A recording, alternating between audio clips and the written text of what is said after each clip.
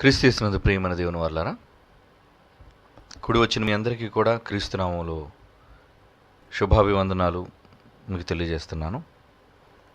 మనం విడిచిపెట్టిన పాఠంలోని రెండవ భాగాన్ని మనం పరిశీలనగా తెలుసుకుందాం. అది గతంలో మనం పరిశీలించిన భాగం ఐగుప్తు దేవతలకు మరి వారి పట్ల తండ్రి అయిన దేవుడు యెహోవా ఎటువంటి తీర్పు వారికి తీర్చాడు అన్నది మూలాంశంగా యెహోవాకు సాటెవ్వరు అని ప్రపంచంలోనే మరి చారిత్రాత్మకమైన ఒక ఘట్టంగా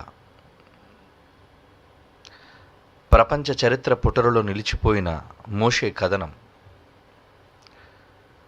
యథార్థ సంఘటన, తన ప్రజలైన ఇశ్రాయేలీయులను దేవుడు కాపాడడానికి తీసుకున్న ఒక గొప్ప నిర్ణయం. ఆ నిర్ణయం మేరకు తన ప్రజలైన వారిని విడిపించుటకు ఆయన చేసిన తన మహాబల పరాక్రమం అంతటిలో అత్యంత స్వల్పమైన భాగం, తన బలాన్ని అంతటినీ ఆయన అక్కడ చూపలేదు, కానీ తన బలంలోని అతి చిన్నిది, ఆయనను గూర్చి మనిషి తెలుసుకున్నది మిక్కిలి మెల్లలైన గుసగుస శబ్దము పాటిది అని బైబిల్లో అన్నాడు. చూడండి, కీర్తనల గ్రంథాన్ని మనం చూడగలిగితే యోబు గ్రంథాన్ని చూద్దాం. మొదట యోబు గ్రంథం 26వ అధ్యాయం 14వ వచనం. యోబు గ్రంథం 26వ అధ్యాయం 14వ వచనంలో దేవుని గూర్చి మనకి తెలిసినది, మానవ సమాజానికి వినబడినది ఎంతో చెప్తున్నాడు. చూడండి, ఇవి ఆయన కార్యములలో స్వల్పములు, చాలా చిన్నివి అంటున్నాడు. ఆయనను గూర్చి మనకు వినబడుచున్నది మిక్కిలి మెల్లనైన గుసగుస శబ్దము పాటిదే కదా. గుసగుస శబ్దము అంటున్నాడు. చూడండి, గర్జనలు చేయు ఆయన మహాబలం, కానీ గర్జనలు చేసే ఆయన యొక్క మహాబల పరాక్రమములు ఎంతైనదిని ఎవరు తెలుసుకోగలడు? కనుక తండ్రి యొక్క శక్తి అంతటిని కూడా మనిషి చూడలేడు. కానీ ఇశ్రాయేలీయులను విడిపించిన ఘట్టంలో తన బలంలో అత్యంత స్వల్పమైన గుసగుస శబ్దము లాంటిది, చాలా చిన్నిపాటి ఆయన బలాన్ని యావత్తు ప్రపంచ మానవాళికి ఆయన చూపించాడు. అది ఎప్పటికీ ఆశ్చర్యచకితంగానే ఆయన చేసిన కార్యాలన్నీ కూడా మనకి కనబడుతూ ఉంటాయి. ముఖ్యంగా ఎర్ర సముద్రం పాయలవ్వటం అనేది. ఎర్ర సముద్రాన్ని పాయలు చేసి ఇశ్రాయేలీయులు అందరూ కూడా పొడి నేల మీద నడిచి వెళ్ళిపోయే ఒక గొప్ప అవకాశాన్ని ఆ మహానుభావుడు కలిగించాడు. బలమైన గాలుల ద్వారా మోషే చెయ్యి ఎత్తగానే సముద్రము పాయలైపోయింది. అలా పాయలైపోయిన ఆ సముద్రం ఇశ్రాయేలీయులకు త్రోవనిచ్చింది దాటడానికి. మరి వాళ్ళంతా సుక్కోతు అనే ప్రాంతానికి వచ్చినప్పుడు ఫరో సైన్యాలు ఇశ్రాయేలీయుల జనాంగాన్ని తరిమై వాడు మరలా మనసు మార్చుకున్నాడు. తన కుమారుని మరణం ద్వారా కలత చెందిన వాడు ఇశ్రాయేలీయులందరినీ కూడా బానిసత్వపు చెర నుంచి విడుదల చేసిన వాడు మరలా వాడు మనసు ఒప్పుకోక తిరిగి తనకు బానిసలుగా వాళ్ళందరినీ ఐగుప్తుకు చేర్చుకుందామన్న దురాలోచనతో వాడు వెంటబడ్డాడు. అలాంటి ఆపత్కాలంలో ఇన్ని లక్షల మంది దాటడానికి ఎన్ని బోట్లు కావాలి? సముద్రాన్ని ఏరును దాటడానికే తెప్పలు కావాలి. అలాంటిది సముద్రం.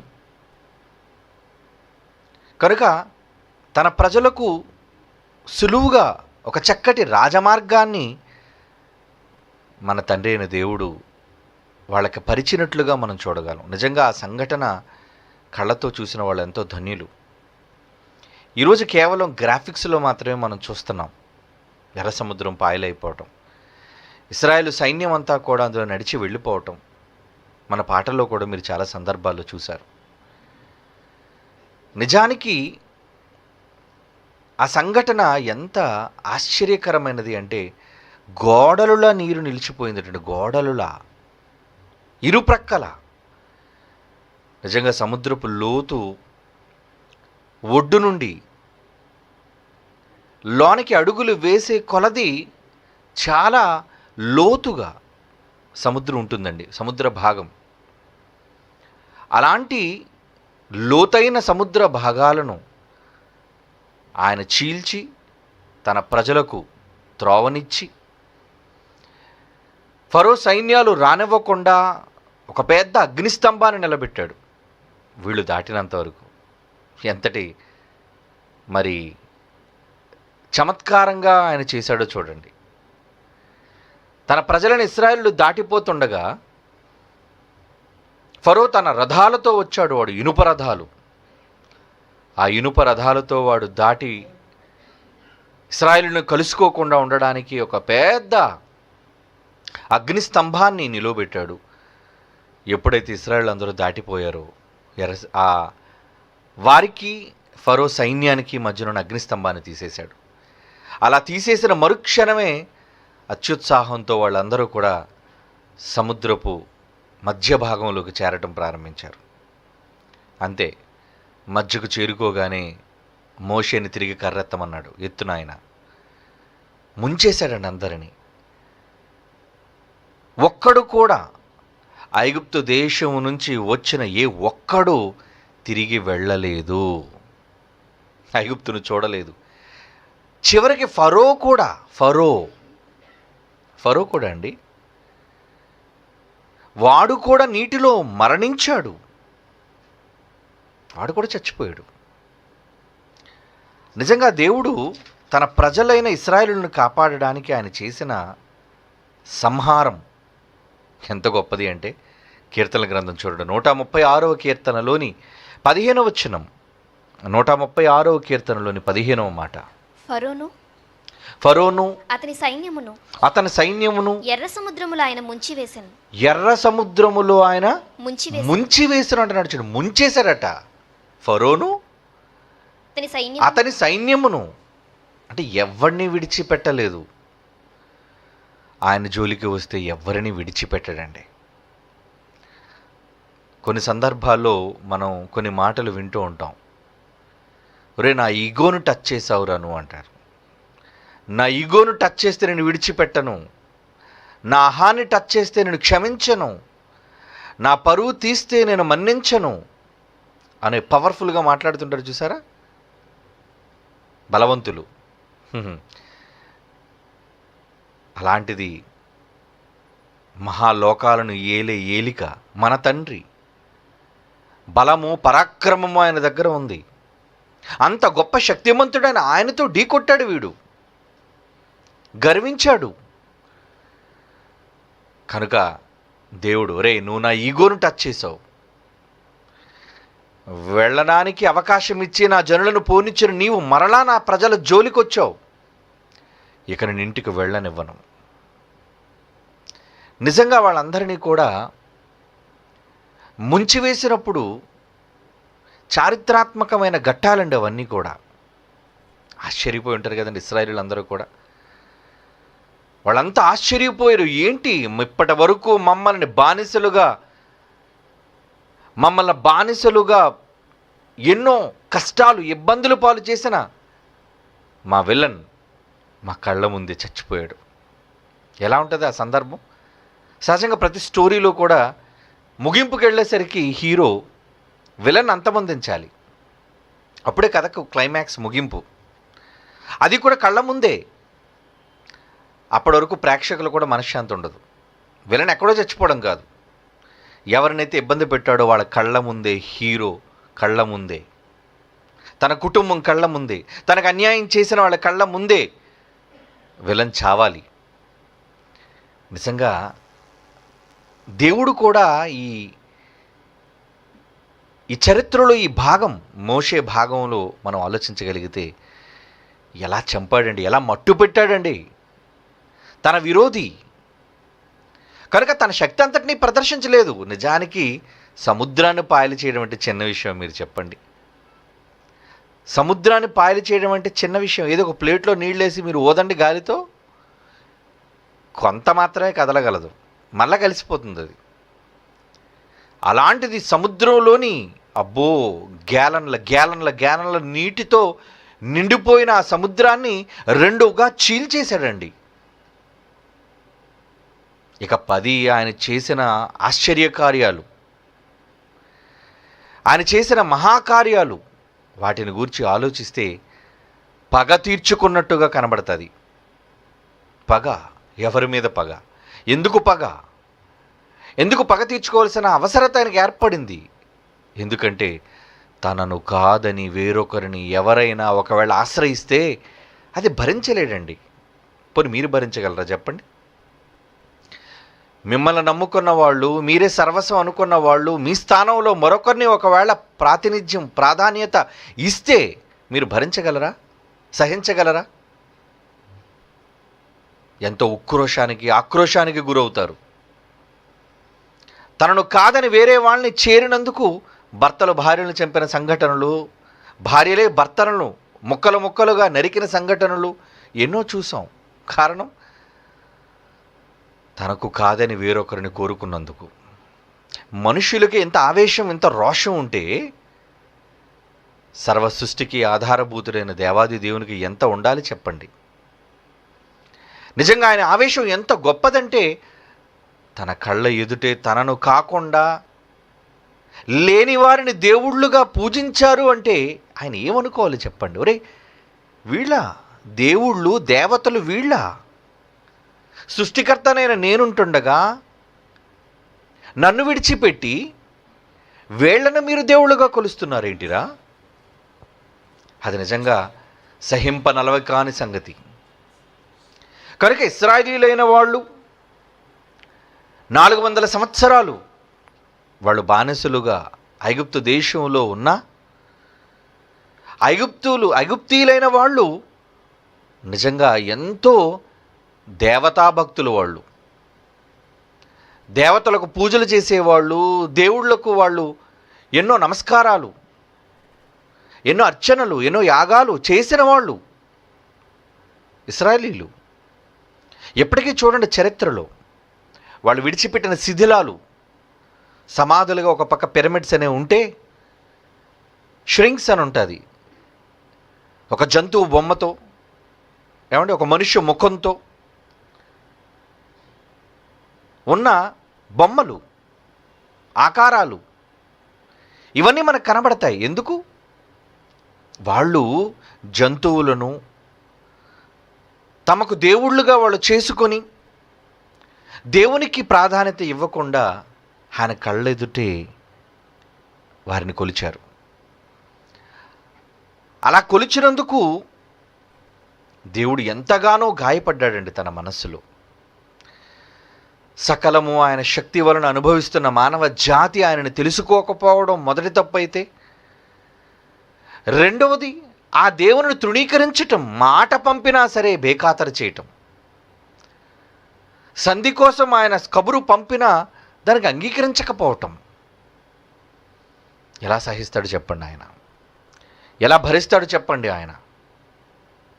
కనుక ఫరో రాజును కూడా చంపిన చరిత్ర, నిజంగా వాళ్ళ చరిత్ర పుస్తకాలలో రాజు చచ్చిపోయిన సంగతి వాళ్ళు రాసుకోలేదండి. ఎందుకంటే అవమానం. వాళ్ళు ఎందుకు వాళ్ళ శిథిలాల మీద ఇవి రాసుకోలేదు? వాళ్ళకి అవమానం. మా రాజు చచ్చిపోయాడంటే మీరు చరిత్రలు ఎక్కించుకుంటారా చెప్పండి? మరొక దేవుని వలన మీ రాజు అవమానించబడ్డాడు అంటే దాన్ని మీరు ఎలా నమోదు చేస్తారు చెప్పండి? అందుకు వాళ్ళు దానిని మభ్యపెట్టారు, ప్రపంచానికి తెలియకుండా దాచిపెట్టేశారు నిజాన్ని. నిజం దాచితే దాగేది కాదు కదా, అది బయటికి వచ్చేది కదా, మనుషులకు ప్రకటింపబడేది కదా. అందుకే దేవుడు చెప్పాలి అనుకున్నాడు. తన బలమేంటో పరాక్రమమేంటో అనేది ఫరో ద్వారా యావత్తు భూమికి ఆయన ప్రకటించాలి అనుకున్నాడు. అదే మొదటి భాగంలో మనం చదువుకున్న మాట. ఒక్కసారి మరలా ఆ మాటను చూద్దాం. రోమీయులకు రాసిన పత్రికలో ఎందుకు ఫరోను నియమించాను అనే మాట ఆయన మాట్లాడుతున్నాడంటే, రోమపత్రిక రోమీయులకు రాసిన పత్రిక 9వ అధ్యాయం 9వ అధ్యాయం 17వ వచనం. 17వ వచనం చూడండి ప్రియులారా. రోమీయులకు రాసిన పత్రిక 9వ అధ్యాయం 9వ అధ్యాయం 17వ వచనం. 17వ వచనం. లేఖనము ఫరోతో ఇలాగు లేఖనము ఫరోతో ఇలా చెబుతుంది, నేను నీ యందు నా బలము నేను నీ యందు నా బలము చూపుటకు నా నామము నా నామము భూలోకమందంతటా ప్రకటింపబడినట్లు అందు నిమిత్తమే నిన్ను నియమించి అందుకే కదా నేను నియమించాను. కనుక ఫరో నియామకం ఎందుకు జరిగింది అంటే, దేవుని యొక్క కీర్తి ప్రపంచ వ్యాప్తం కావాలి. ఆయన సహించలేని దుర్మార్గపు పనులు వాళ్ళు చేశారు. అది ఏ పట్టణమైనా, ఏ దేశమైనా, ఏమంటే ఏ జనాంగమైనా ఆయన సహించేవాడు కాడు అని మనకు తెలుసు బైబిల్ చరిత్రలో.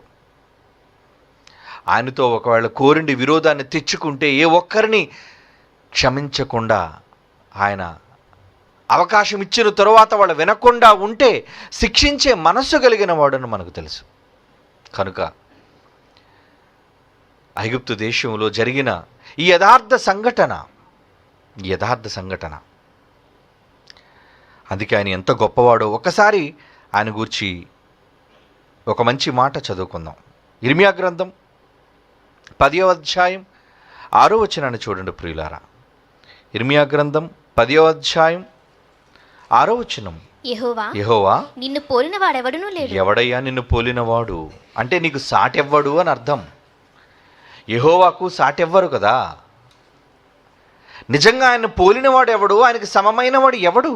నీవు మహాత్యము గలవాడు, నీవు మహత్యము గలవాడవు, నీ శౌర్యమును బట్టి నీ నామము ఘనమైనదాయను. నీ నామము ఘనమైనదాయను. ఆయన శౌర్యం, ఆయన కోపం, ఏమంటే ఆయన ఆవేశం, ఆయన రోషం, వీటిని బట్టట నీ నామము ఘనమైనదాయను.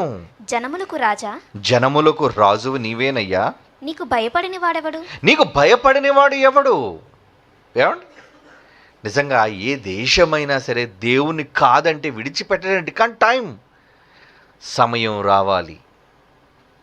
సొదొమ గొమొర్రా మొర దేవుని సన్నిధికి చేరాలి అంటే దానికి ఇవ్వబడిన కాలం, వాడి కాలము పరిపూర్ణం కావాలి.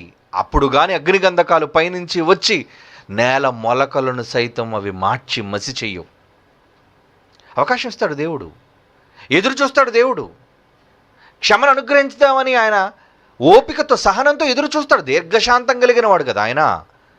తప్పు చేసిన మరుక్షణమే వెంటనే ఆయన శిక్ష విధించడండి దేనికిని. అవకాశం. నేను 2 ఏండ్ల నుంచి చూస్తున్నాను ఈ చెట్టుని, ఫలాలు లేవు అన్నాడు. అంటే 2 ఏండ్ల నుంచి కనిపెడుతున్నాడా? ఫలము రాకపోయినా అంతే కదా మరి అర్థం. 2 ఏండ్లు కనిపెట్టిన తర్వాత అంటున్నాడు ఇక దీన్ని నరికివేయు అని. యేసుప్రభు చెప్పిన ఉపమానం మనకు తెలుసు.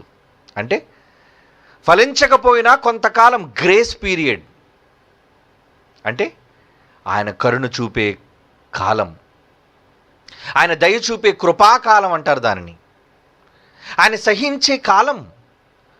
ఆ సహిస్తున్నాడు కాబట్టి దేవుడు మమ్మల్ని ఏమీ చెయ్యడు, మమ్మల్ని ఎవడు ఏమీ చెయ్యలేడు అని ఒకవేళ గర్విస్తే మనుషులు శిక్ష అమలు చేస్తాడు. నినివే కోసం మీ అందరికీ తెలుసు. యోనా ఎందుకు వెళ్ళాడు? కబురు పెట్టాడు ముందు, నేను నాశనాన్ని రప్పిస్తాను నినివేకి, వెళ్ళి చెప్పు ప్రవక్తగా, నా ప్రవక్తగా వెళ్ళి చెప్పు. వాళ్ళు వింటే ఆ దేశం జోలికి రాను, ఆ పట్టణం జోలికి రాను. వినరా? పిల్లలు మొదలుకొని పశువులు మొదలుకొని రాజు వరకు అందరినీ సమూలంగా నాశనం చేస్తాను చెప్పు అన్నాడు. చెప్పాడు, మారారు. ఉగ్రత రాలేదు కనుక దేవుడు వెంటనే ఉగ్రతనిచ్చేవాడు కాడు. దేనికైనా కాలం అనేది ఒకటి ఉంటుంది. సమయం రావాలి, పాపం పరిపక్వం కావాలి, కాలం సంపూర్ణం కావాలి, అవకాశం వాడు దుర్వినియోగం చేసుకోవాలి. అంతవరకు శిక్ష అమలు జరగదు. ఇప్పుడు నిజంగా చైనా దేశంలో ఈరోజు ప్రారంభమైన ఒక భయంకరమైన ఒక వైరస్, క్రిమి, దానికోసం ప్రపంచం అంతా గడగడలాడిపోతుందండి. ఎందుకు? అమ్మో మా దేశం వచ్చేస్తుందేమో. అది నయం చేసుకోవడానికి ₹1 కోటి కావాలట. కూట ఏమండి, ఎక్కడి నుంచి తెస్తాం? వస్తే ఎందుకు ఇచ్చాడు? ఎందుకు పుట్టించాడు? దేవుడే పుట్టించాడు ఆ వైరస్. కారణం చైనా దేవునికి విరోధంగా ఉంది. దాని అధ్యక్షుడు పలికిన మాటలు ఆయన నోట్ చేసుకున్నాడు. సమయం రావాలి, తెగుళ్ళతోనైనా చంపుతాడు, మరి విపత్తుల ద్వారానైనా చంపుతాడు, పలు రకాలైన కష్టాలు పెట్టైన ఆ దేశాన్ని హింసిస్తాడు. ఆయన ఓపిక పడతాడు కదా, మారాలి కదా, మారకపోతే విరుచుకుపడతాయి అందుకు ఇటువంటివన్నీని. కనుక ప్రియులారా, ఆయన మహత్యము గలవాడు కనుక ఆయన శౌర్యమును బట్టి ఆయన నామము ఘనమైనది. జన్మలను ఏలిక ఆయన. ఏలిక కాబట్టి ఏలిక మాట అందరూ వినాలి. నేను ఏలికను అనుకుంటే అలా తాత్కాలికంగా నీకు సింహాసనం ఎక్కించాడు, నేనే సర్వస్వం అనుకుంటే ఎలా రా? నువ్వు ఎంతకాలం ఉంటావు? నీ కుర్చీ ఎంతకాలం ఉంటుంది? నీ సామ్రాజ్యం ఎంతకాలం ఉంటుంది? జనాలకు రాజును నేనే.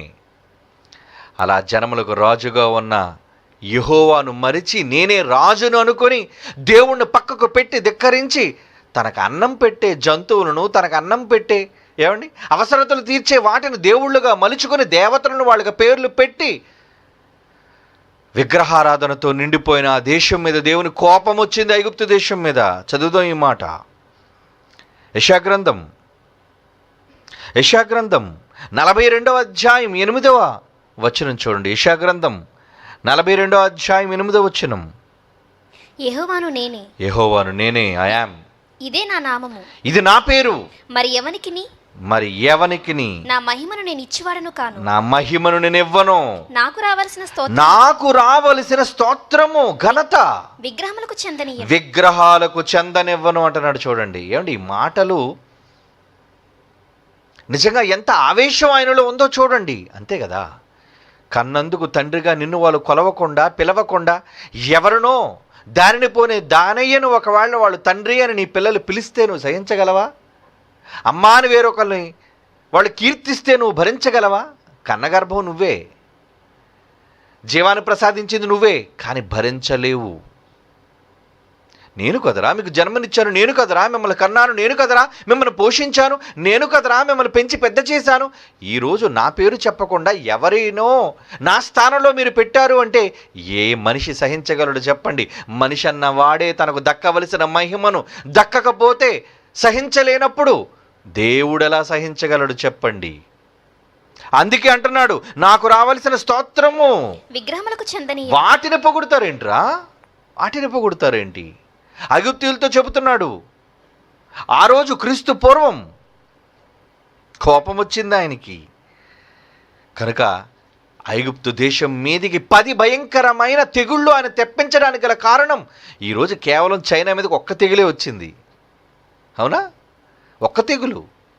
ఓ కట్టకట్టలాడిపోతున్నారు జనమంతా. నిజంగా పిట్టలు రాలిపోయినట్టు రాలిపోతున్నారండి. పిట్టలు రోడ్డు మీద మనుషులు పడిపోయారు. వీడియో ఉంటే చూపించినానా?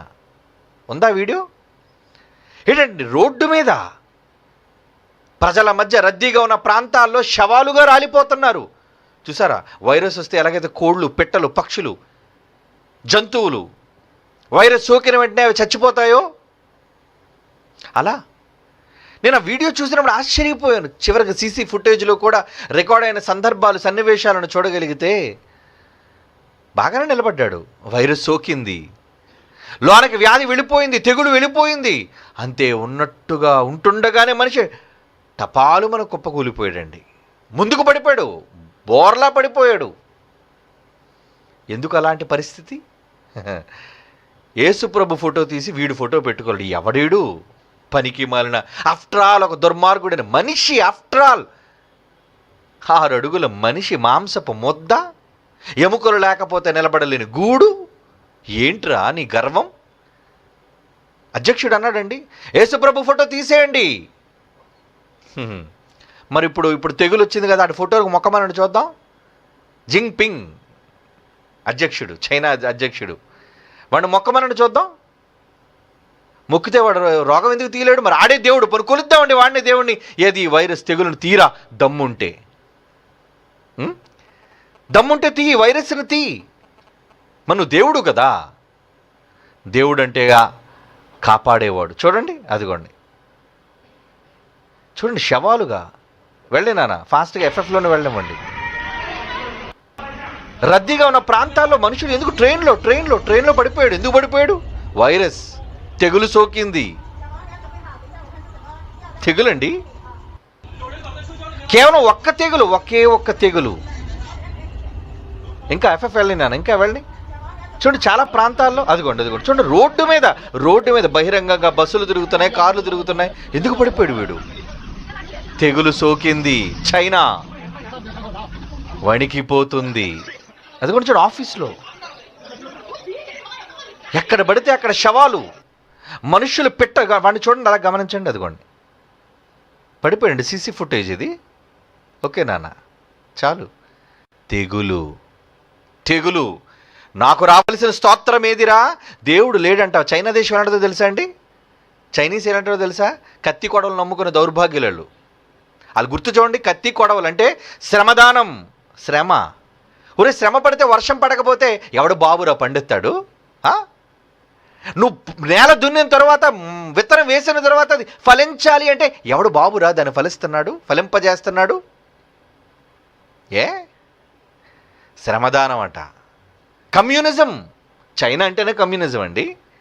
చివరికి అక్కడ క్రైస్తవులైన వాళ్ళు ఎంత దారుణంగా గతంలో చంపారో మీకు తెలుసు. ఊచకోత కోసారు, చర్చిలను పడగొట్టారు. వచ్చిందిరా, టైం వచ్చింది మీకు, తెగులు వచ్చింది మీకు.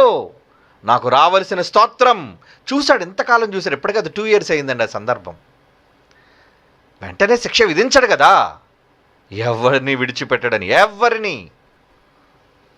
ఆయనతో సరిపోతావురా నువ్వు? నీ దేశం ఎంతరా ఆయనతో నిలబడ్డానికి? ప్రపంచ దేశాలు కాదురా, ప్రపంచ దేశాలు వాళ్ళకున్న శక్తి, బలగం, టెక్నాలజీ అంతా వచ్చినా అని ఉత్తేజాలు పడిపోతారు అందరూ. ఆయన దగ్గర గాలి, ఊపిరి చాలు. ఆయనతో మీరేంట్రా సరిపోతారు? ఆయనపైనే మీరు తిరుగుబావుట ఎగరవేస్తున్నారే. ఆయనతో మీరు సాటా? యెహోవాకు సాటెవ్వరురా. కోపం వచ్చింది ఆయనకి.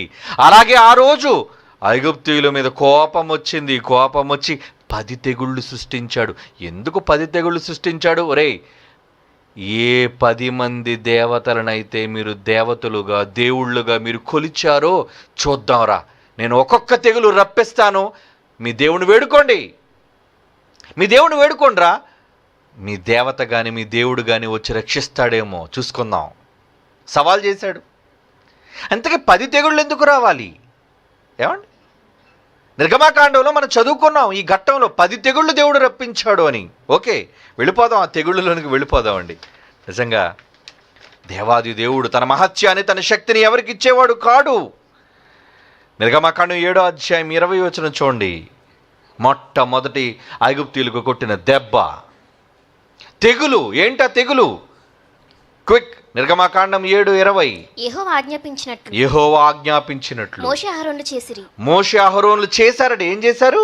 అతడు ఫరో ఎదుటను, అతడు ఫరో ఎదుట, అతని సేవకులు ఎదుట తన కర్రను పైకెత్తాడు. ఏటి నీళ్లు కొడితే నైలు నది నీళ్లు, మంచి నీళ్లు, సముద్రం కాదు అది, నైలు నది నీళ్ళన్నీ రక్తముగా మార్చబడిపోయి రక్తం అయిపోయేటండి. ఏం తాగుతావు? ఏం స్నానం చేస్తావు? మరి ఆ నైలు నది తాలూకా దేవుడు పేరేంటో తెలుసు? హప్పీ. చూపించిన ఆయన రెడీగా ఉండాలి మీరు క్లిప్స్తో. హప్పీ అని ఉంటుంది చూడండి. అది వీడండి. చరిత్రలో వాళ్ళు పెట్టుకున్న పేరు నైలు నది దేవుడు పేరు హప్పీ. మొదటి దేవుడికి సవాలు విసురుతున్నాను రా, మీ దేవుణ్ణి పిలవండిరా, నేను నీళ్లను రక్తంగా మార్చేస్తాను. మీ దేవుళ్ళు, మీ దేవతలు మరలా ఒకళ్ళు మంచినీటిగా మారుస్తారేమో చూసుకోండి. హప్పీ అండి వాళ్ళ దేవత, లేదా దేవుడు. ఆడు మగోడో తెలీదు, ఆడదో తెలీదు మొత్తానికి. ఏమండి, వాళ్ళు బొమ్మలు, వాళ్ళు గొడవ, దుర్మార్గులండి. సజీవుడైన దేవుణ్ణి విడిచిపెట్టి బొమ్మల పక్క, వక్రమైన చతుష్పాద జంతువుల పక్క తిరిగిన దుర్మార్గులు వీళ్ళు. అవునా? ఇకపోతే హెజ్కేలు గ్రంథం 29:3 ఏమంటున్నాడు చూడండి. హెజ్కేలు గ్రంథం 29వ అధ్యాయం 3వ వచనం. ఐగుప్తు రాజైన ఫరో నైలు నదిలో పండుకొని ఉన్న పెద్ద మొసలి రావాడు, మొసలడు. నేను నీకు విరోధిని, నైలు నది నాది. ఇప్పుడు చెప్తున్నాడు చూడు, నైలు నది ఎవరిది? నీదా? హప్పీ దేవుడిదా? నాది. నేనే దాన్ని కలుగజేసినని నీవు చెప్పుకొనుచున్నావే. అంటే వీడు ఏం చెప్పుకున్నాడు అనమాట? చూడండి, హెజ్కేలు గ్రంథంలో మీకు ఆ మాట అర్థమైందో లేదో. నేనే దానిని కలుగజేసి తిని అని నీవు చెప్పుకొనుచున్నావు. అంటే ఫరో ఏం చెప్పుకున్నాడు అనమాట? నేనే చేశాను నైలు నదిని, నువ్వురా చేశావు? ఒరేయ్, ఈ నువ్వు చేశానంటే ఇప్పుడు మార్చరా, నీళ్లను మార్చరా? విసిరాడు సవాల్. అందుకండి తెగులు వచ్చింది. అందుకండి వచ్చింది. హెజ్కేలు గ్రంథం 30:12 చూడండి. హెజ్కేలు గ్రంథం 30:12, నైలు నదిని ఎండిపోజేసి నేను ఆ దేశమును దుర్జనులను అమ్మివేసేదను. ఏమండి? అంటే నైలు నదిని ఎండిపోచేసి అంటున్నాడు. అంటే ఏదైనా సరే నది నాదిరా, అది ఎండిపోవాలన్నా ప్రవహించాలన్నా చేసేది నేనే. 13 యెహోవా ఇలాగు సెలవిచ్చుచున్నాడు, విగ్రహముల నిర్మూలము చేసి, విగ్రహాలు ఉన్నాయి నిర్మూలము చేయి, నొప్పులో ఒక బొమ్మ లేకుండా చేసేదను. ఒక్క బొమ్మ కూడా లేకుండా చేస్తాను. ఇక ఐగుప్తు దేశముల అధిపతి ఇక ఐగుప్తు దేశముల అధిపతి ఉండుటకు ఎవడునూ లేకపోవును. ఎవడు లేకుండా పోతాడు. ఐగుప్తు దేశంలో భయము పుట్టించేదను. భయమును పుట్టిస్తాను. అదండి ఆయన కోపం. ఒరే, నా ఫోటో స్థానంలో ఏంట్రా కప్ప మొఖాన్ని, కుక్క మొఖాన్ని ఏంట్రా ఎన్ని పెట్టావు? కోపం వచ్చిందండి దేవునికి. గతంలో చెప్పాను కదా ఉదాహరణ. మీ తండ్రి ఫోటోలో ఆయన ఫోటో తీసేసి కరెక్ట్గా ఆయన ముఖం దగ్గర కుక్కనో పందినో పెడితే మీ అమ్మ ఎలా ఫీల్ అవుతుంది? ఇద్దరు భార్యాభర్తలు తీయించుకున్నారు పెళ్లి ఫోటో. ఆ పెళ్లి ఫోటోలో మీ నాన్న దగ్గర ఏమండి పంది బొమ్మ, మీ అమ్మ దగ్గర ఒక ఆడ కుక్క బొమ్మ పెడితే మీ నాన్న అమ్మకు చూపించి ఏం చేస్తారు? ఆహా, ఎంత కళరానిది. నిజంగా కుక్కకి పందికి పుట్టిన వాళ్ళంగా భలే చేశారా, వెరీ గుడ్ మై సన్ అంటారా? చెప్పుతో కొడతారాన్ని. ఏరా, మీ నాన్న పందిని నేను ఆడకుక్కలా కనబడుతున్నావురా? ఏ నీకే మనుష్య ముఖం తీసేసి ఆఫ్టర్ ఆల్ ఒక జంతువు ముఖం పెడితే రోషం పొడుచుకొస్తుంది. లోకాలను కలుగు చేసిన ఆయన దగ్గర దిక్కుమాలిన బొమ్మలను నువ్వు పెట్టి చూపిస్తే రోషం రాక ఏమొస్తుంది? నలిపేస్తానన్నాడు. అందుకే ఆయన నలిపేస్తాను, లేకుండా ధ్వంసం చేస్తాను స్టార్ట్ చేశాడు. అందుకే ఐగుప్తులో చిన్న మచ్చుకు చూపించాడు. చూడండి రా, కాసుకోండిరా నా దెబ్బ, పిల్లండ్రా, మీ హ్యాపీ దేవుణ్ణి పిల్లండి, నైలు నది దేవుణ్ణి పిల్లండి, ఏం చేస్తాడో. లేదా నువ్వే కలుగు చేసుకుని చెప్పుకున్నావు కదరా. ఒరేయ్ ఫరో, సోబెక్ అంటారు వాడిని, పెద్ద మొసలి.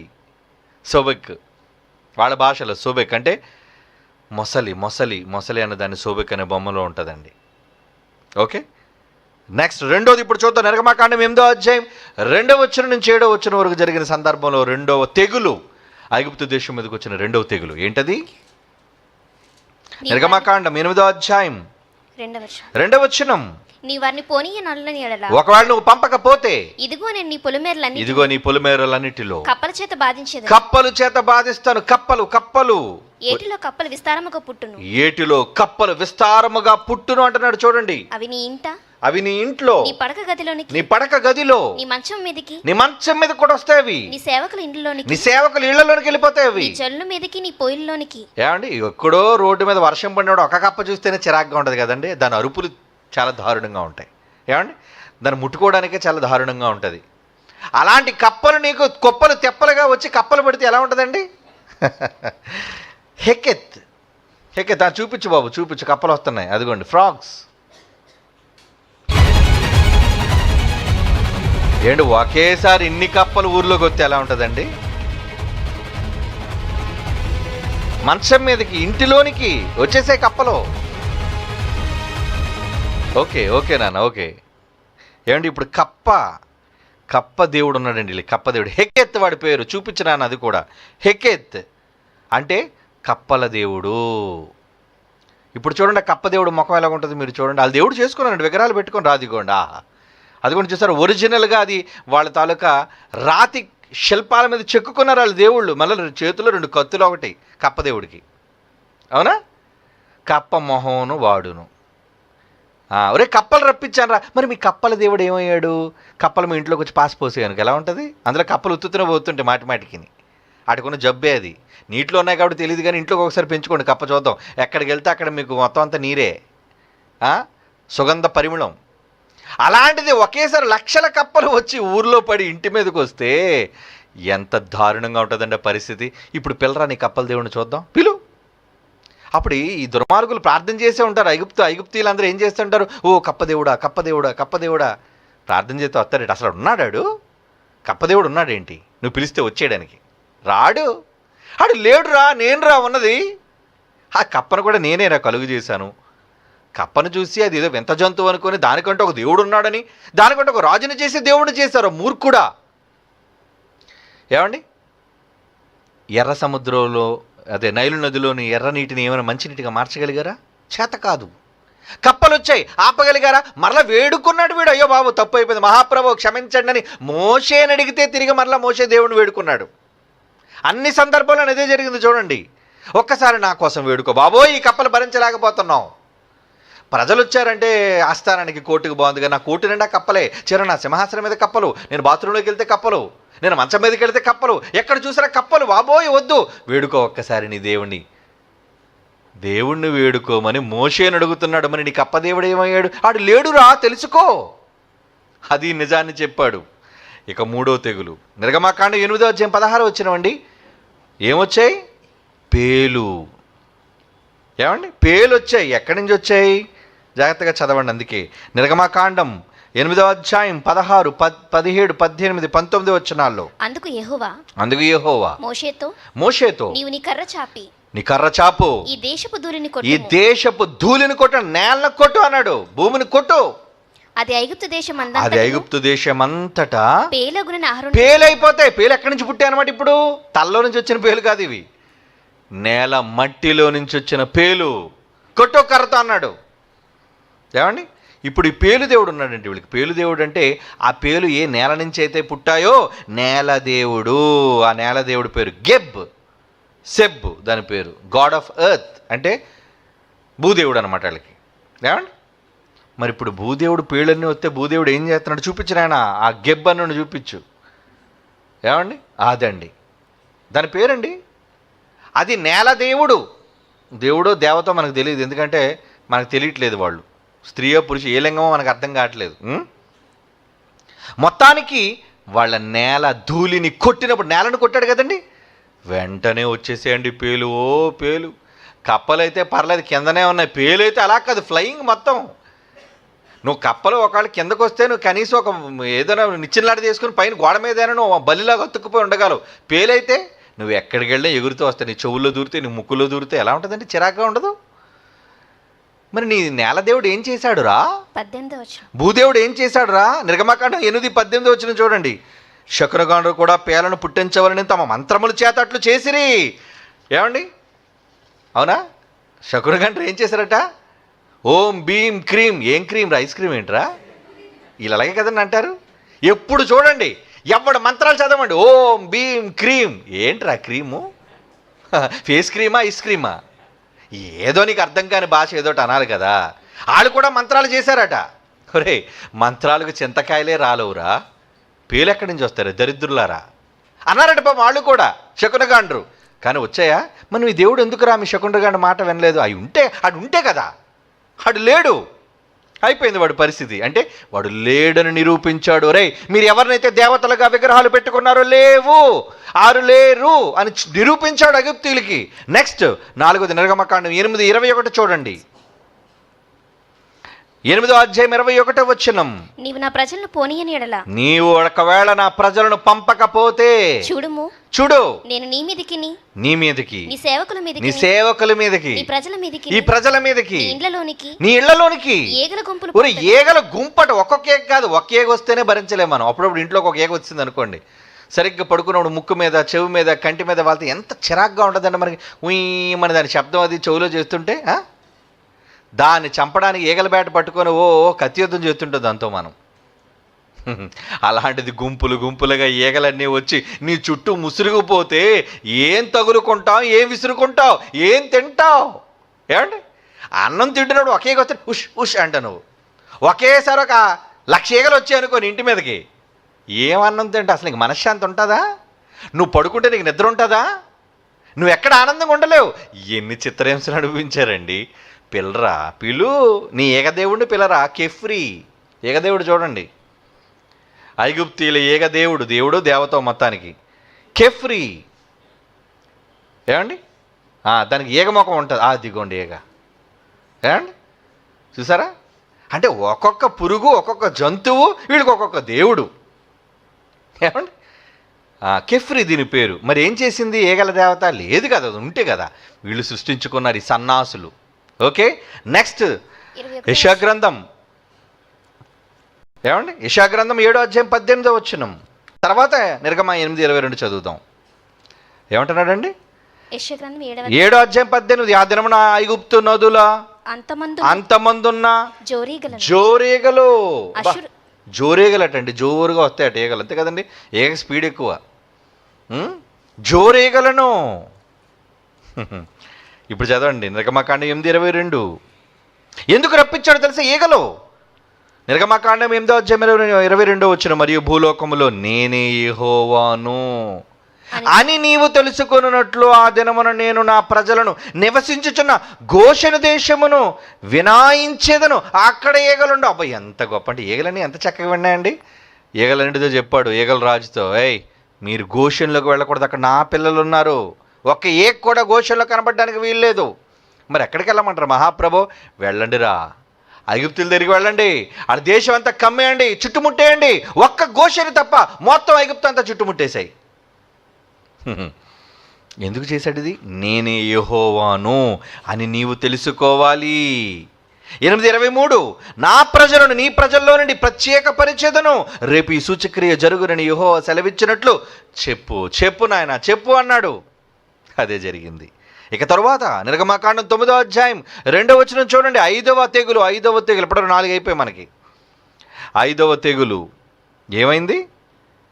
నిర్గమకాండం 9వ అధ్యాయం 2 నుంచి చదువుకుందాం. నీవు వాళ్ళని ఒకవేళ పోనీయకపోతే, ఇంకా ఒకవేళ నువ్వు వాళ్ళని అడ్డగిస్తే, ఇదిగో నా బాహుబలం, చాలా బాహు ఉంది, దానికి చాలా బలం ఉంది.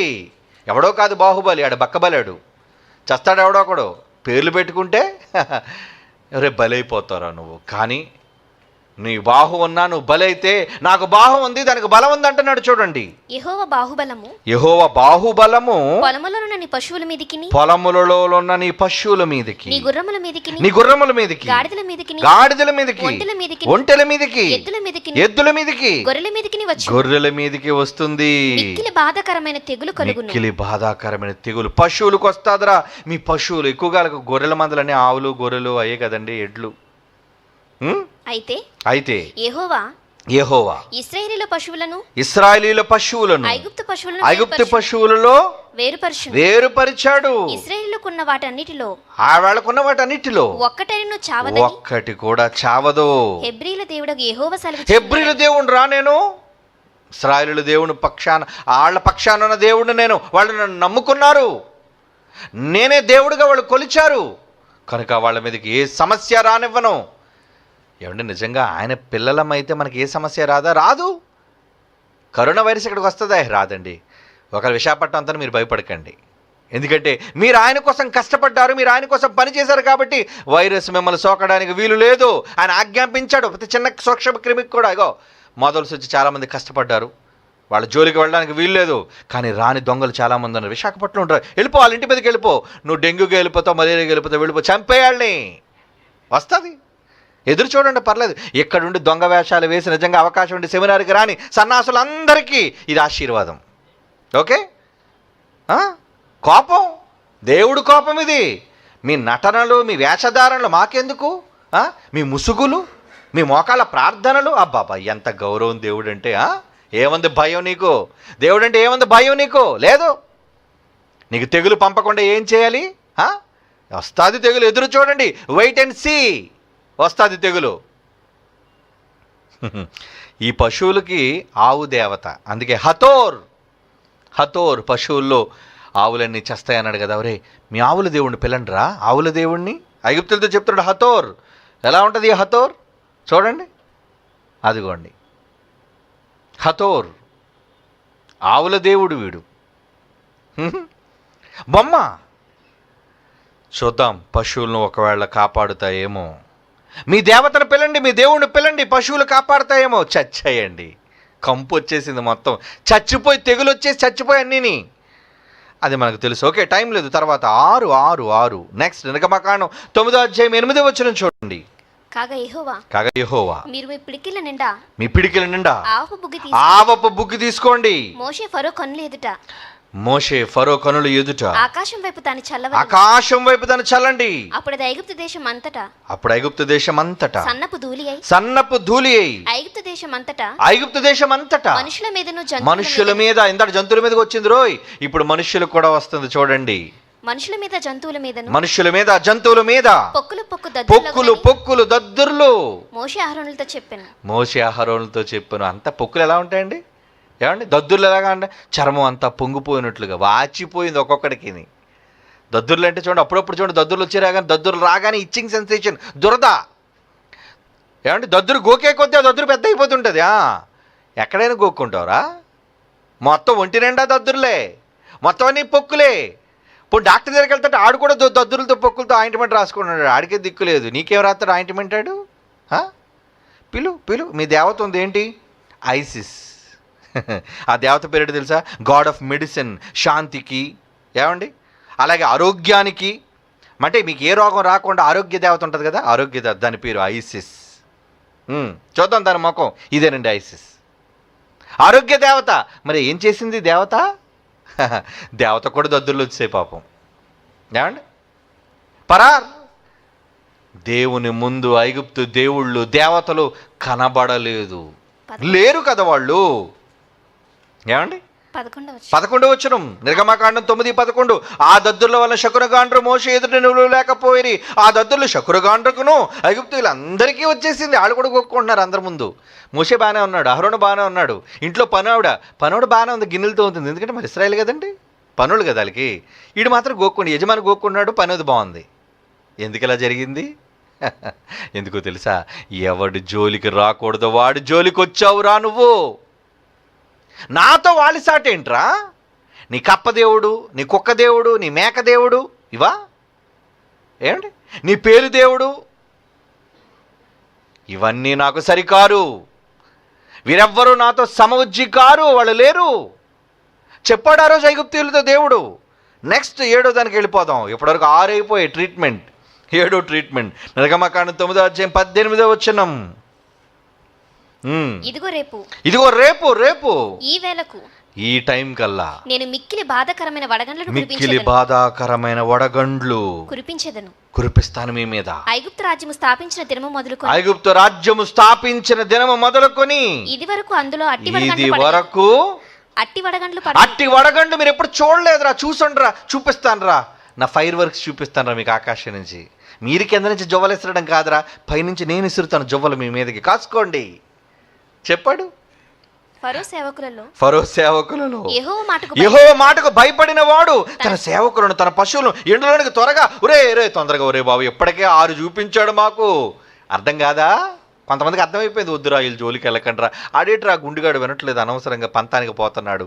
ఆడిపోవడం కాదురా, ఆడు రోషం కొద్దీ మాకు వాచిపోతుందిరా, మేము అక్కడ గోక్కోలేక చచ్చిపోతున్నారా, మేము అక్కడ తాగలేక చచ్చిపోతున్నారా. వినరా, రాజుని ఏమంటాడని చంపేస్తాడు రాజుకి కానీ తిరగబాటు చేస్తే. భయం రాజు అంటే. ఏమనలేక ఎప్పుడైతే మోషే ఈ మాట చెప్పాడో ఫరో సేవకులు ఆడింట్లో పనోళ్ళే, బాబోయ్ పదండి పశువులు ఇంట్లోకి తీసుకెళ్ళిపోదు, వడగళ్ళు వచ్చేస్తాయట. ఆడికి నమ్మకం వచ్చింది, గుండుగడికి నమ్మకం రాలేదు. చావాలి కదా, చావాలి. అంటే ఆకాశం నుంచి పడుతుంది. మరి ఆకాశ దేవత ఏదిరా అని ఆకాశ దేవత, దాని పేరు నట్టు. దానికి బిగిస్తాడు ఇప్పుడు నట్టు, కంగారు పడకు, నట్టు, దాని పేరు నట్టు అండి. చూపించిన ఆయన ఆదిగోండి, చూసారా ఆకాశం, అబ్బా ఎంత కాపాడుతుందండి. అంటే ఈ దిక్కు నుంచి ఆ దిక్కు వరకు కాపాడుతుందా మిమ్మల్ని. చుక్కలు దాంట్లో పెట్టుకుందట, వెలుగు దాంట్లో పెట్టుకుందట. దాని పేరు చూడండి నట్ట. ఏమి నట్టమ్మా? లేడీ. మరలా ఆకారం చూస్తే లేడీగానే కనబడుతుంది మనకి. నిజంగా నక్షత్రాలన్నింటినీ నీలో దాచుకుని ఆకాశాన్ని అంతటి నుంచి నువ్వు కాపాడుతున్నావు. ఇది వడగండ్లు ఆపు చూద్దాం నట్టు. ఏవే నట్టు, ఇలాగే పిల్లలు ఏవే నట్టు ఆపు చూద్దాం వడగండ్లు. యెహోవా పంపించాడు, వడగండ్లు వచ్చేసాయి. నట్టు ఏమైపోయింది? నట్టు లూజ్ అయిపోయి ఎక్కడికో పోయింది, పనికి మాలింది. అవునా? కొట్టాడు 7వ దెబ్బ. నెక్స్ట్ 8వ దెబ్బ చూడండి. ఇప్పుడు 8వ దెబ్బ నిర్గమకాండం 10వ అధ్యాయం 4వ వచనం నుంచి. నిర్గమకాండం 10:4 నుంచి, నీవు నా జనులను పోనీయని ఎడల నీవు నా జనులను పోనివ్వకపోతే ఇదిగో రేపు నేను మిడతలను రేపు నేను మిడతలు రప్పిస్తాను రా. ఏమండి, ఈ మధ్యనే మన పాకిస్తాన్ నుంచి ఇండియాకి వచ్చేయండి మిడతలు. బాబోయ్, ఆ మిడతలను తోలలేక చచ్చిపోయారండి మనోళ్ళు. ఉస్సు ఉస్సు ఉస్సు అని గొడ్డలతో తరుముతున్నారు. ఎంత తరిమినా తినేస్తానే అవి. నువ్వుగానన్నావు అనుకో, నిన్ను కూడా తినేస్తాయి అక్కడ. ఏమండి, మిడతలు పంపిస్తాను చూసుకో అన్నాడు. ఇంతకీ మిడతల దేవుడు ఏంటో తెలిసే వీళ్ళకి? సేత్. చూపించు బాబు మిడతల దేవుడు. మిడతలు వచ్చేసాయటండి, మిడతలు వచ్చేసాయి. ఎలా ఉందా మిడతల దేవుడు? కాపాడుతుందేమో అడగరా? మిడతలు రాకుండా నీ దేశానికి నెమ్మది వస్తుంది. మిడత మొక్కం దాంది. ఏమండి, దేని పేరండి? దీని పేరు సేత్. 8వ దెబ్బ దేవుడు కొట్టాడు. పిల్లరా, నీ మిడతల దేవుడిని పిలువు. బొమ్మ వేసుకున్నావు కదా, విగ్రహం కట్టించావు కదా, మిడత బొమ్మ. పిడత ముఖం వేసుకొని మిడత మొహం ఆడును. కాపాడా? కాపాడలేదు. పంట అంతా పోయింది, ఊడ్చేసాయి వచ్చి. బాబోయ్, ఏటి బాధలు భరించలేకపోతున్నా. నువ్వేనయ్యా దేవుడు. ఒప్పుకోండి రా, ఎప్పటికైనా ఒప్పుకోండి యెహోవా దేవుడిని ఒప్పుకోండి. ఆ రోజు ప్రపంచానికి చెప్పాడు. 2000 సంవత్సరాల క్రితం యేసు ద్వారా మరలా చెప్పాడు, నేనే యెహోవాను, నేనే పంపించాను. నమ్మండిరా, నమ్మండి. జీవము కలిగిన దేవుణ్ణి నేను, సజీవులకు దేవుణ్ణి నేను. నమ్మండి. ఎందుకురా నమ్మరు? 9 నిర్గమకాండం 10:21 ఏమొచ్చింది? అందుకు యెహోవా మోషేతో ఆకాశం వైపు నీ చెయ్యి, ఆకాశం వైపు ఎత్తు నీ చెయ్యి, ఐగుప్తు దేశము మీద చీకటి చేతికి తెలియనంత చిక్కని చీకటి కమ్మున. చేతికి అంటే నీ కళ్ళుకి నీ చెయ్యి కూడా కనబడదు అనమాట. అబ్బా, అంత చీకటా? అప్పుడప్పుడు చూడండి, గదిలో సడన్గా కరెంట్ పోయింది అనుకోండి, మీకు ఏం కనబడదు, మీ చెయ్యే మీకు కనబడదు. చెమ్మ చీకటి అంటారు దాన్ని. ఐగుప్తు దేశం మీద చీకటి, చేతికి తెలియనంత చీకటి కమ్ముతుందిరా. 23 మరి వెలుగు దేవుడు ఏమయ్యాడు? నిర్గమకాండం 10:23 3 దినములు ఒకరినొకడు కనుగొనలేదు. 3 రోజుల్లో ఎవరికక్కడ కనబడలేదటండి. అంటే అందరూ గుడ్డి వెధవల్లాగా తడుకున్నారనమాట. ఏమండి, మళ్ళీ గోషెను బాగుందండి. ఇశ్రాయేలు ఉన్న ప్రాంతానికి వెలిగిచ్చాడండి, ఫోకస్ పెట్టాడు, ల్యాంప్ పెట్టాడు. మొత్తం దేశం అంతా కూడా, ఐగుప్తు దేశం అంతా టోటల్ అంధకారం, డార్క్నెస్, చీకటి. 3 రోజులటండి. ఈ 3 రోజుల్లో పడుకున్నోడు ఎక్కడా, తిన్నోడు ఎక్కడా, ఒకరినొకడు తడువుకొని ఉన్నారు అంటే ఎంత దారుణం అండి నిజంగా. 3 దినములు ఒకరినొకడు కనుగొనలేదు. ఎవడనో తానున్న చోట నుండి లేవలేకపోయారు. ఎందుకంటే లేస్తే ఎక్కడ కన్నం ఉందో తెలియదు, ఎక్కడ కాలం ఉందో తెలియదు, ఎక్కడ గొయ్యి ఉందో తెలియదు, పడతాడు అందులోని. కనుక ఎక్కడికి వెళ్ళి చీకట్లో పడిపోవడం కన్నా నాయన కొడుకుని పిలుస్తాడు. ఆడనబడితే సరే అక్కడే ఉండరా, కదలొద్దు. అలా ఆవిడ పిలుస్తాడు, ఏమే ఉన్నావా? ఉన్నానండి. అక్కడే ఉండు, వంటగదిలో బయటకు రావద్దు, పొయ్యిలో కాలేసి పడిపోయి మాడిపోతావు, వద్దు. అలాగే కదని మాట్లాడుకుంటూ చీకట్లో ఏం చేస్తారు మరి? ఇంకొక ఆప్షన్ లేదు, ఇంకొక అవకాశం లేదు. ఎవడును తానున్న చోటు నుండి లేవలేకపోయిను. ఆయనను ఇశ్రాయేలు అందరికీ వారి నివాసములలో వెలుగు. ఏమయ్యాడ్రా మరి మీ దేవుడు? ఏమయ్యాడ్రా?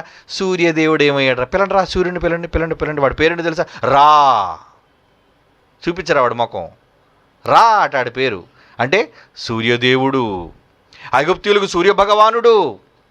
రారా బయటికి, రే రా, అంతే కదా, ఆడి పేరే రా.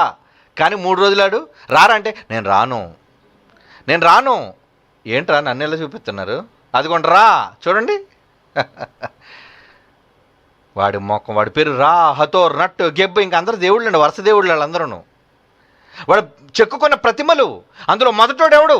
సూర్యభగవానుడు. రా దేవుడు. చీకటి కమ్ముకుంది. అయిపోయింది 9 అయిపోయి ఇక చివరిగా 10వ విడిచిపెడుతున్నాడు. ఏమని? నిర్గమకాండం 11:5 రాజుకే ఇచ్చాడు. ఎందుకంటే రాజు ఏమని పిలిపించుకున్నాడట? నేనే ఇశ్రాయేలులకు దేవుణ్ణి, నేనే ఐగుప్తీయులకు దేవుణ్ణి, ఫరోను నేనే దేవుణ్ణి అని చెప్పుకున్న వాడికి, అరే నువ్వు దేవుడు అయితే ఇప్పుడు నీకే డైరెక్ట్గా సవాల్. ఏంటో తెలుసా?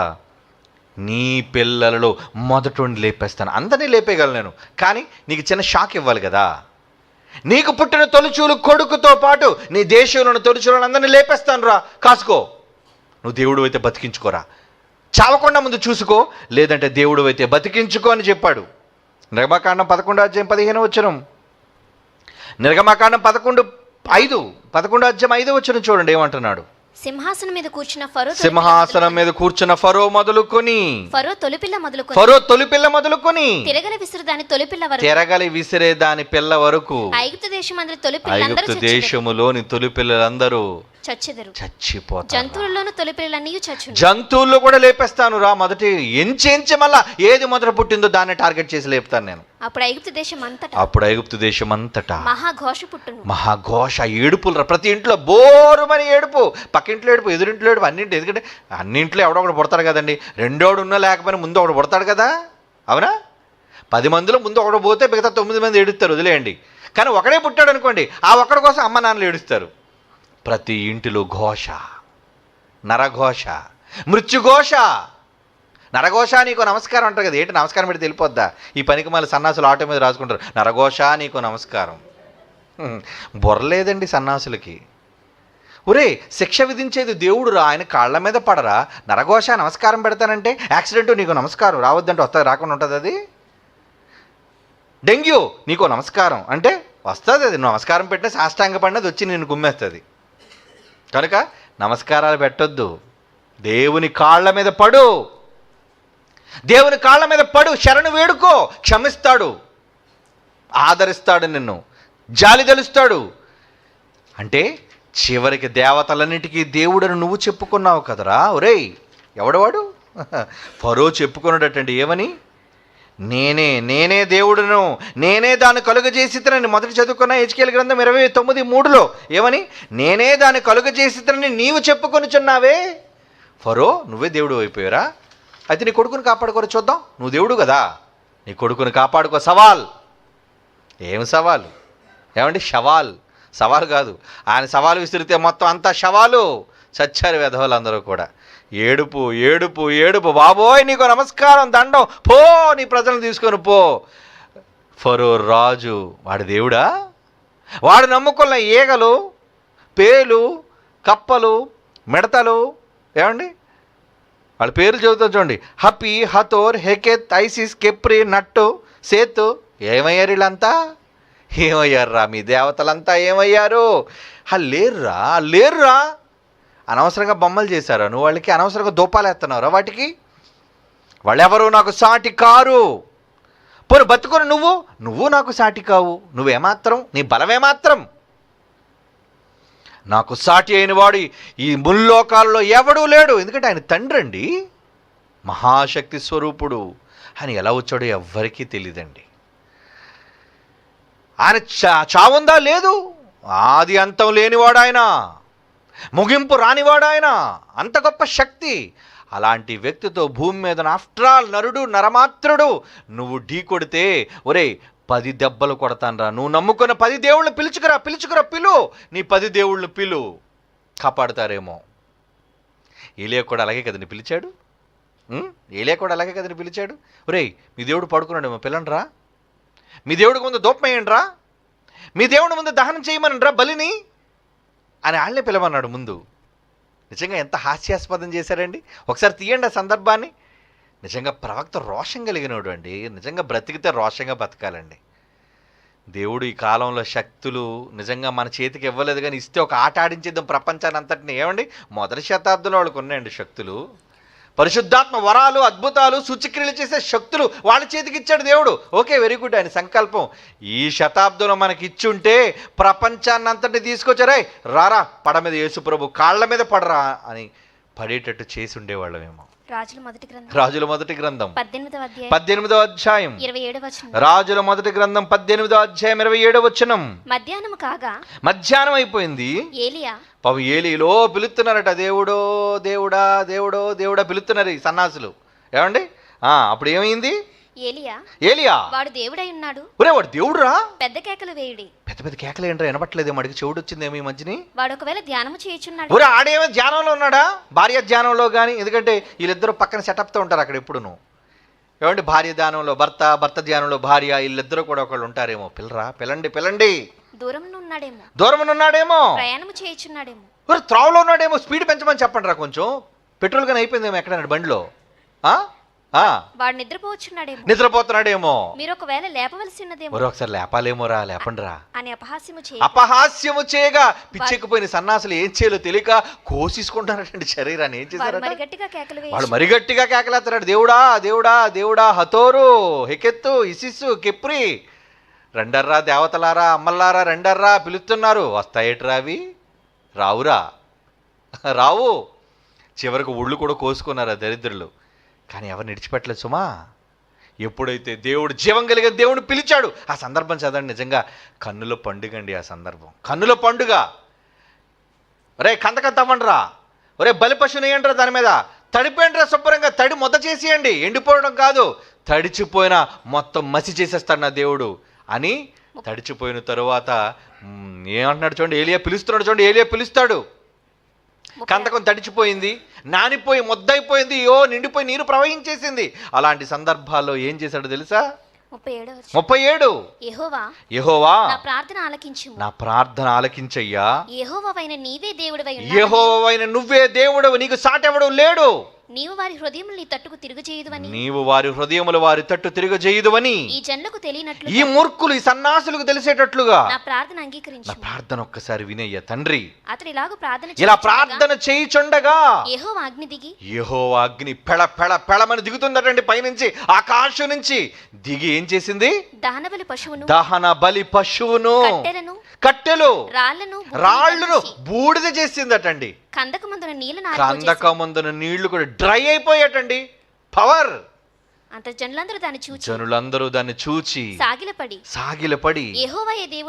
యెహోవాకు సాటెవ్వరు, యెహోవాయే దేవుడు, హీస్ ద రియల్ గాడ్, ఆయనే జీవము కలిగిన దేవుడు.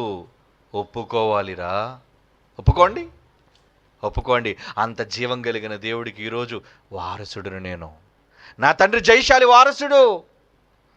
ఆయన నమ్ముకున్న మేమంతా ఆయన పిల్లలం, ఆయన కీర్తిని ప్రకటిస్తున్న వాళ్ళం.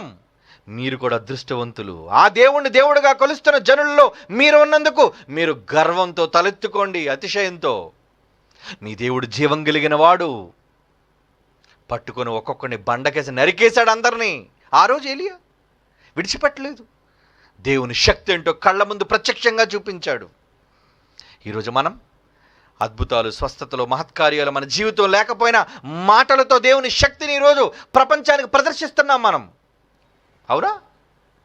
బైబిల్లోని మాటల్లోని జ్ఞానాన్ని ఈరోజు మనం చూపిస్తున్నాం. ఎవడు ఆపగలడు, ఎవడు ఎదుర్కోగలడు, ఎవడు అడ్డుకొని తప్పని చెప్పగలడు. తప్పని చెబితే నిలబడి ఓడించమని చూద్దాం మనల్ని. సవాల్. ఓడించగలడా? రాలేడండి, ఎవడు ఓడించలేడు. ఎందుకంటే మనం ఓడిపోతే మనం నమ్మిన జీవం కలిగిన దేవుడు ఓడిపోయినట్టే. ఓడిపోతాడా? నిన్ను ఓడిపోనిస్తాడా? ఓడిపోనివ్వడు. ధైర్యంగా ఉండండి. అంత గొప్ప దేవుడుకు మనం నిజంగా పిల్లలుగా ఉన్నాము అంటే 33వ కీర్తన 12వ వచనం. 33 కీర్తన 12. క్విక్. యెహోవా తమకు దేవుడుగా గల జనులు ధన్యులు. ఎంత అదృష్టవంతులు అండి. ఎస్. ఎవరు నీ దేవుడు? తండ్రి అయిన యెహోవా నా దేవుడు, రక్షణకు నాకు అధిపతి అయిన క్రీస్తు నా రక్షకుడు, నా అన్న. ఈరోజు మనం చెప్పుకుంటున్నామండి, ఒప్పుకుంటున్నామండి యేసుప్రభుని, తండ్రిని ఒప్పుకుంటున్నామండి. ఒప్పుకోగలవా? ప్రజల మధ్య ఒప్పుకో. నిర్గమకాండం 18వ అధ్యాయం. ఈ షాట్లన్నీ తగిలిన తర్వాత ఏమంటున్నారు చూడండి. నిర్గమకాండం 18:11. ఐగుప్తీయులందరూ గర్వించి ఇశ్రాయేలు మీద చేసిన దౌర్జన్యమును బట్టి ఆయన చేసిన దానిని చూచి యెహోవా సమస్త దేవతల కంటే గొప్పవాడని ఇప్పుడు మాకు తెలిసినదని ఒప్పుకున్నారు సన్నాసులు. ఒప్పుకోవాలిరా ఎవడైనా సరే. ఒప్పించాడు మోషే, ఒప్పించుకున్నాడు ఆయనే. ఈ తరంలో ఒప్పిస్తాడు మనతో. నమ్మండి, ఒప్పించడానికే మనం ఉన్నాం. ఒకరోజు పౌలు వాదించుతూ, తర్కించుచు, ఒప్పించుచు యేసే క్రీస్తు అయి ఉన్నాడు, యేసే దేవుడై ఉన్నాడు. ఈరోజు మనం కూడా నిరూపిస్తున్నామండి.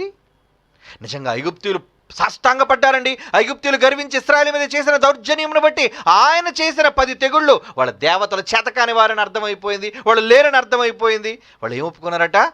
యెహోవా సమస్త దేవతల కంటే గొప్పవాడని ఇప్పుడు నాకు తెలిసినదనెనో. ఒప్పుకోవాలి, ఎవరైనా సరే ఒప్పుకోవాలి. యెషయా గ్రంథం 19:1 చూడండి. యెషయా గ్రంథం 19:1 ఐగుప్తును గూర్చిన దేవోక్తి యెహోవా వేగము గల మేఘమును ఎక్కి ఐగుప్తుకు వచ్చుచున్నాడు. ఐగుప్తు విగ్రహములు ఆయన సన్నిధిని కలవరపడతాయి, బొమ్మలు గజగజలాడుతున్నాయి. ఐగుప్తీయుల గుండె కరిగిపోతుంది. కరిగిపోయింది ఆల్రెడీ చరిత్రలో. నిజంగా ఎంత భాగ్యవంతులు వర్రా. అలాంటి శక్తి స్వరూపుడైన మహాశక్తిమంతుడైన ఆ జీవము కలిగిన దేవాది దేవుణ్ణి మన తండ్రిగా మనం కలిగి ఉండటం అనేది నిజంగా మనం చేసుకుని ఎంతో మహద్భాగ్యం. అందుకే ప్రకటించండి ఆయన గూర్చి, ఆయన రక్షణను ప్రకటించండి దివారాత్రములు. ఆయన ఉన్నత నామాన్ని చాటండి, ఆయన నామానికి కీర్తిని ప్రచురపరచండి. ఘనత మహిమ ప్రభావములు ఎల్లప్పుడూ ఆ సర్వేశ్వరుడైన దేవునికే యెహోవాకే చెల్లినట్లుగా మీ మాటలలో, మీ చేతలలో, మీ క్రియలలో ఈ సమాజానికి దేవుణ్ణి చూపించండి. ఏమండి, ఈరోజు 3572 మంది ఒకేసారి విదిన్ 10 minutes ఆఫ్ టైం సంతకాలు పెట్టి మన అవయవ దానాలు చేయడానికి ఒక్క పేటుగా సిద్ధపడ్డామంటే ఎవరిని బట్టి? ఓన్లీ జీసస్, యేసును బట్టి, ఆయనకు తండ్రి అయిన యెహోవాను బట్టి. త్యాగం అండి, ప్రేమండి. ఈరోజు మన క్రియలలో దేవుని నిరూపించి చూపిస్తున్నాం ఈ సమాజానికి. పేదవాళ్ళకు అన్నం పెడుతున్నాం, రోగులకు మందులు ఇస్తున్నాం, లేని వాళ్ళని కనికరిస్తున్నాం. ఇవన్నీ దేవుని ఉన్నాడు అని నిరూపించడానికి మన ప్రేమను మన క్రియల ద్వారా చాటి చెబుతున్నాం. ఆయనకెవ్వరూ సాటి లేరు అని, యెహోవాకెవరూ సరికారు అని. మనుష్యుడు ఎంతటి వాడండి ఆయన దృష్టికి? అంత గొప్ప దేవుణ్ణి, జీవం కలిగిన దేవుణ్ణి దేవుడుగా కలిగిన జనులుగా ఈరోజు మనం ఉన్నాము అంటే అది నిజంగా మనకి అతిశయ కారణం, గర్వకారణం. ఆ రోజు ఇశ్రాయేల్ వాళ్ళు నమ్ముకున్న దేవుళ్ళను, దేవతలను మట్టి కలిపిన యెహోవా నిన్న నేడు నిరంతరం ఏకరీతిగా ఉన్నాడు. నీతో కూడా ఉన్నాడు ఈరోజు నీతో కూడా, నీ వెనుక, మన వెనుక ఉన్నాడు. భయపడకండి, భయపడకండి. ఒక్కసారి మీ తండ్రిని పిలవండి, ఒక్కసారి మీ తండ్రిని వేడుకోండి, ఒక్కసారి మీ తండ్రి యొక్క ఘనతను, ప్రభావాన్ని, మహత్యాన్ని చాటండి. అదే చెప్పాడండి పాత నిబంధన అంతట్లో, నా కీర్తిని ప్రచురపరచండి, నా నామాన్ని గానం చెయ్యండి, నా నామాన్ని సకల జనులలో నా కీర్తిని ప్రకటించండి. అదేనండి ఆయన చెప్పినది. ఈరోజు ఆయన చెప్పిన దానికి మనమంతా వారసులుగా, ఆయన మాట విని దాని ప్రకారంగా చేసి ఆయనకు ఎవరు ఎవరు ఎవరు సరిలేరు, సరికారు అనే విషయాన్ని ఈ సమాజానికి మనమే చెప్పాలరా. దానికి మనం వారసులం.